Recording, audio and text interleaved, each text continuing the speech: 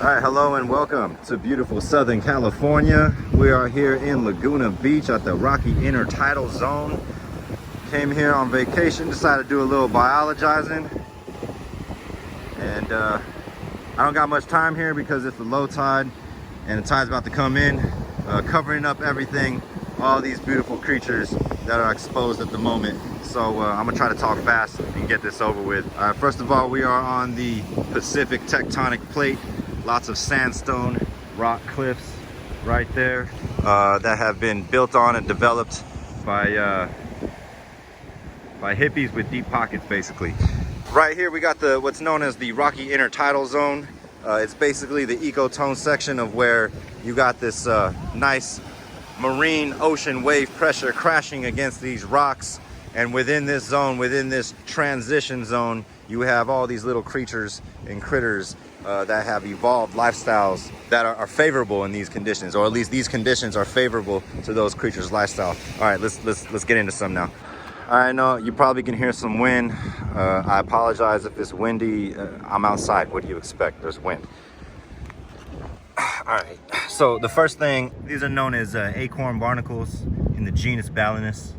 It's a crustacean, so it is an arthropod. It is an arthropod where at the larval stage it's free swimming or planktonic, like living in the water, and then eventually it finds a nice spot on a rock where they accumulate and they aggregate here in these colonies and basically sift the water for plankton using their legs. They have like really feathery legs, and they'll sift the water for planktonic organisms to make a meal out of. There's about 3 species of barnacle here. You have this Balinus acorn barnacle. Then you have these right here, these red thatched ones. These are in the genus Megabalinus. So it's just a bigger type of barnacle that can subsequently take or filter out probably bigger food items out of the water as the waves come crashing along these rocks. And then we got these gooseneck barnacles, a 3rd species of barnacle in the genus, Polycipes polymerus, I believe. All of them seem to be closed. They don't seem to be foraging or feeding right now. But they have these legs that come out. It's almost like they attach to the rock on their back, like they're glued to the rock on their back. And the barnacles just open up, and then their legs will come out, and the legs are like full of feathery appendages that allow them to sift the water for plankton organisms to feed on. And growing along the barnacles, you got the California mussel. I think the genus is Mytilus californianus, a bivalve species in the phylum Mollusca, a sessile bivalve, where it attaches to the rock and it filter feeds as well when the water pressure is high enough to throw those planktonic organisms over these rocks and allow them to filter feed. They don't filter feed the same way as barnacles, though. They don't have like feathery appendages. Rather, they have a kind of an ingoing part of their body and an outgoing part of their body where water flows in, and then they have like sifting body parts on the inside of their organs, essentially, that sift out food and then subsequently get digested. A lot of people will eat these, although you got to be careful because they can bioaccumulate certain toxins that can make you real sick, put you in the hospital for sure, even allow you to lose your memory. So y'all gotta be careful if you want to eat these. I can see some of the plant life in there.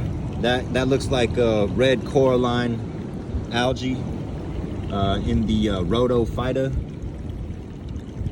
There's 3 types of algae, three main groups of algae. There's red algae, brown algae, and green algae. These would be classified under the red algae, the rhodophyta. So that's some of the plant life that you can find here in this surf zone, in this intertidal zone here. There's a better shot of that red coralline algae. This is red algae that looks more red. Better shot, better example. Oh, and then right here we got another species of algae. This looks like ulva. This is green algae. Ulva. This is edible, actually. You can eat it, although I don't know how many toxins in the water. I don't know if you want to risk it. But yeah, ulva, green algae, chlorophyta, distinctively green. I'll find a brown algae for you too. Look at the red coralline algae here. That's kind of nice. All right, so that we got some brown algae right there. That's Macrocystis pyrifera, aka the giant kelp, aka the fastest single growing organism on this planet can grow up to about 3 feet a day, I believe.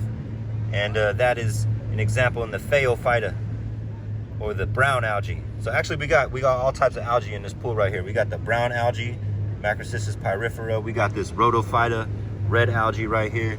And then looks like we got some green algae, some ova, some chlorophyta right there. Yeah, a lot going on in these pools here in Southern California. In Laguna Beach, next to the rich hippies. And then you can see here, look, there's a nice example of how wave pressure adds nutrients and oxygen into this intertidal system right here, along with food for a lot of those filter feeding organisms to take advantage of. Anyway, so this is how it works. Oh, look, we got a bird. That's the willet right there.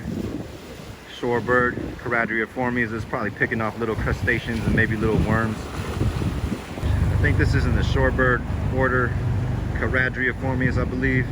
I forget the scientific name. Don't worry, I'll put it up. Yeah, so a lot of vertebrate species here take advantage of resources provided by the rocky intertidal. Oh yeah, look at all that wave splashing. Oh yeah, bringing all that water here. All right, so I showed you a bunch of native species, but this right here is an introduced species. I think this is called Japanese wireweed in the genus Sargassum. Also a phaeophyton, a brown algae representative. Yeah, this stuff I believe was brought over in ballast tanks from, you know, from ships shipping whatever across the ocean. Yeah, this shit sucks. It's introduced. I don't know if people eat it or anything like that. I believe it competes with a lot of the native species of seaweed and everything. And you can see it does really well here in these kind of trapped pools. The temperature of this water is really warm compared, obviously, to the open ocean out there. So it does well in this type of habitat. But it's an introduced species, probably here to stay.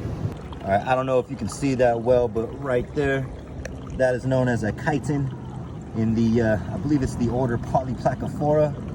Also a mollusk, very primitive mollusk too. It's like a snail, but it's not related to a snail. I mean, it's like a snail, but I mean, it's related to snails. It's a mollusk just like a snail, but it's in its own order, I guess, or it's in its own group, separate from gastropods. These are the Polyplacophora, the chitins, and they move slowly along the rocks, grazing on algae, that like microalgae, that surface algae that would be on these bare sections of rock. They'll kind of graze through really slowly through all these barnacles and through all the cracks, and just grazing on that algae. Another grazer is this thing right here. This is a limpet. This is a gastropod, so technically it is a snail. And there's several different species of limpets here. You know, maybe I'll come back to these limpets. Here's a bigger one of those chitins, Polyplacophora. This one, you can see how big they can get. I think they can get even bigger than this. I'm not sure how many different species are, but this is how slow they move. You got this red coralline algae growing on them. Phylum Mollusca, Polyplacophora. Ancient lineage. I think they go back pretty far. Oh, here's another thing I just noticed, but because they camouflage pretty well, but these little tube-like structures right here, I'm not quite sure what the species are. I can't remember, but this is a type of polychaete that makes this an annelid, so a worm, a segmented worm in the phylum Annelida. I guess in the class Polychaeta. I think this is a sandcastle worm, although I'm unsure. It might be a close relative to sandcastle worms. Sandcastle worms, they kind of aggregate, and they're like colonial. You'll see like all these. Oh, look what we've got right here. We got a blue-banded hermit crab. I think a Pagurus. Let me double check that. Yep, it's Pagurus. Pagurus samuelis, to be exact, the blue-banded hermit crab. These are like your typical hermit crabs. This is a small one right here. They can get pretty big. Just like all hermit crabs, they live in the shells of old deceased gastropods. They choose different shells depending on how much they're growing. When they outgrow their shell, they'll find another shell. And there's plenty of shells around for them. Although I'm not seeing too many snails out here on this tide pool day. Maybe it's just not the season for the snails, but the snails will be here definitely, because they'll be grazing on all this algae that's going to grow out out here. It is starting to be the beginning of the spring, so we're getting a lot of sunlight, and this is SoCal, so you know. Anyway, yeah, the blue-banded hermit crab, kind of a browsing species here on the tide pool flats on the intertidal zone, browsing around looking for any pieces of food items that they can take advantage of. And certain times of the year, there'll be thousands of them out here. There we go, more animals. All right, that little critter right there that's trying to run away, that's Pachygrapsis carcipes, otherwise known as the Pacific shore crab. Let's get a little, there we go. One of the larger macrofauna species that can be found here in the intertidal zone. Right now you can see that they're staying in this crack, trying to stay away from the wave pressure. Trying to take advantage of any little bits of pieces of food. They'll also eat algae and stuff, like they'll eat some of the seaweeds and everything. But any like dead fish or any dead organisms, stuff like that, they'll take advantage of it. They'll even eat each other. I've seen them eat each other, especially like when another individual is freshly molted and their exoskeleton hasn't hardened up. They'll definitely go after them and cannibalize each other. But yeah, Pachygrapsis carcipes, the Pacific shore crab, very common crab along the coast of Southern California. Found on all sorts of rock systems, rock jetties, the rocky intertidal. I've even caught some of these on hook and line and just leaving my bait out on the rocks. They'll grab onto it. I don't know if people eat them, but I mean, who cares? But yeah, Pachygrapsis carcipes, Pacific shore crab.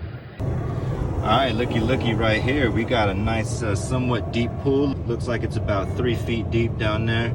We got a whole, somewhat plethora of organisms that have adapted to live in these pools. Now, I want you to understand that, you know, out in the open ocean, the salinity is a certain type of salinity out here. And then a lot of these pools that fill up with water, the sunlight hits it and the water evaporates quicker than it does out there. So the salinity changes and the temperature. So a lot of these organisms have adapted to deal with much higher salinities and temperatures than out in the open ocean, to stay away from any predators or anything that would feed on these things or anything like that. But anyway, let's get into it. Let's see what they got here. All right, first off, we see those those organisms wielding those tentacles. I think that's Anthopleura sola.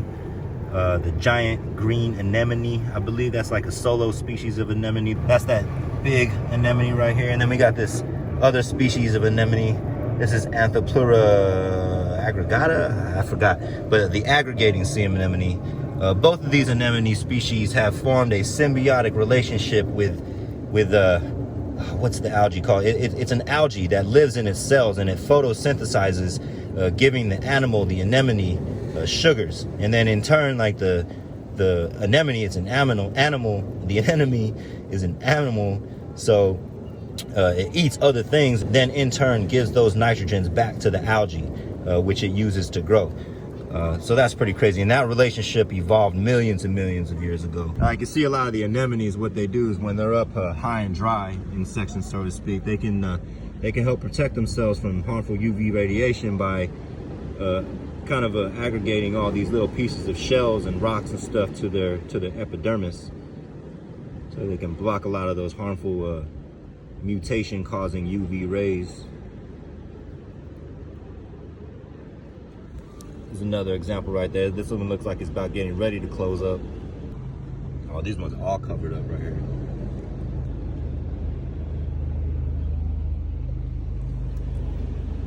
Behavioral adaptations in the rocky intertidal.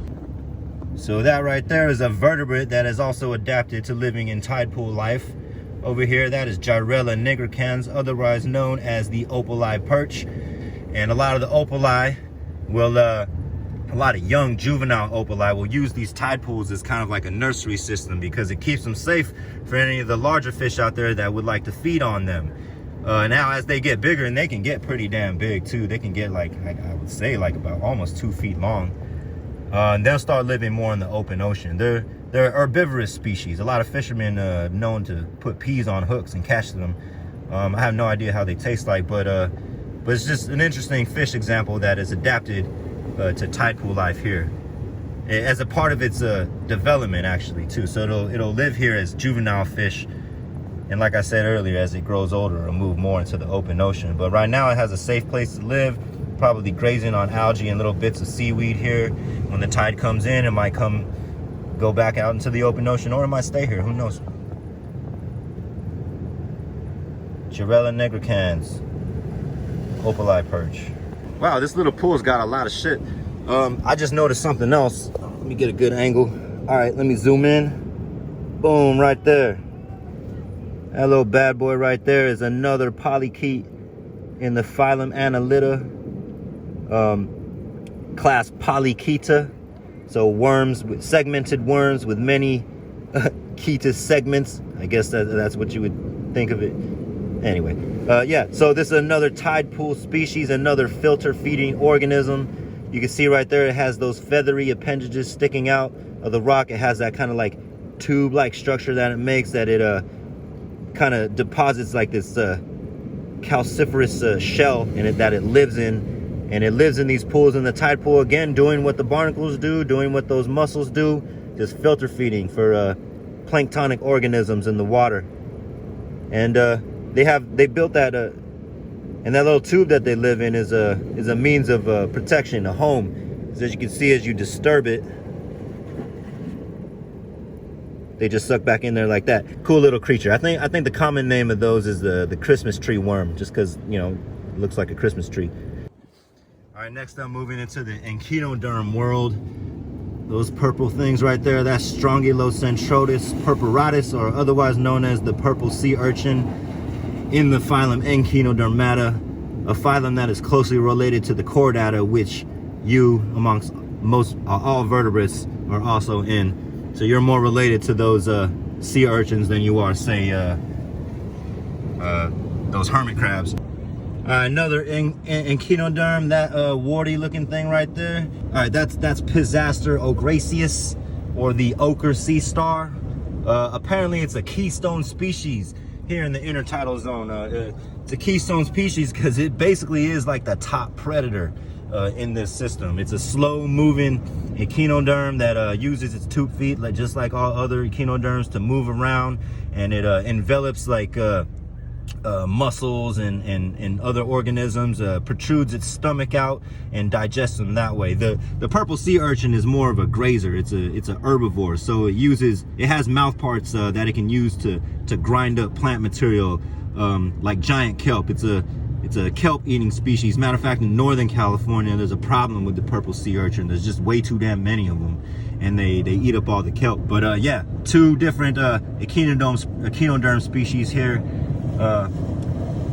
Sea urchin, echinoderm means spiny skin, and you can see the variation in spines between these two examples.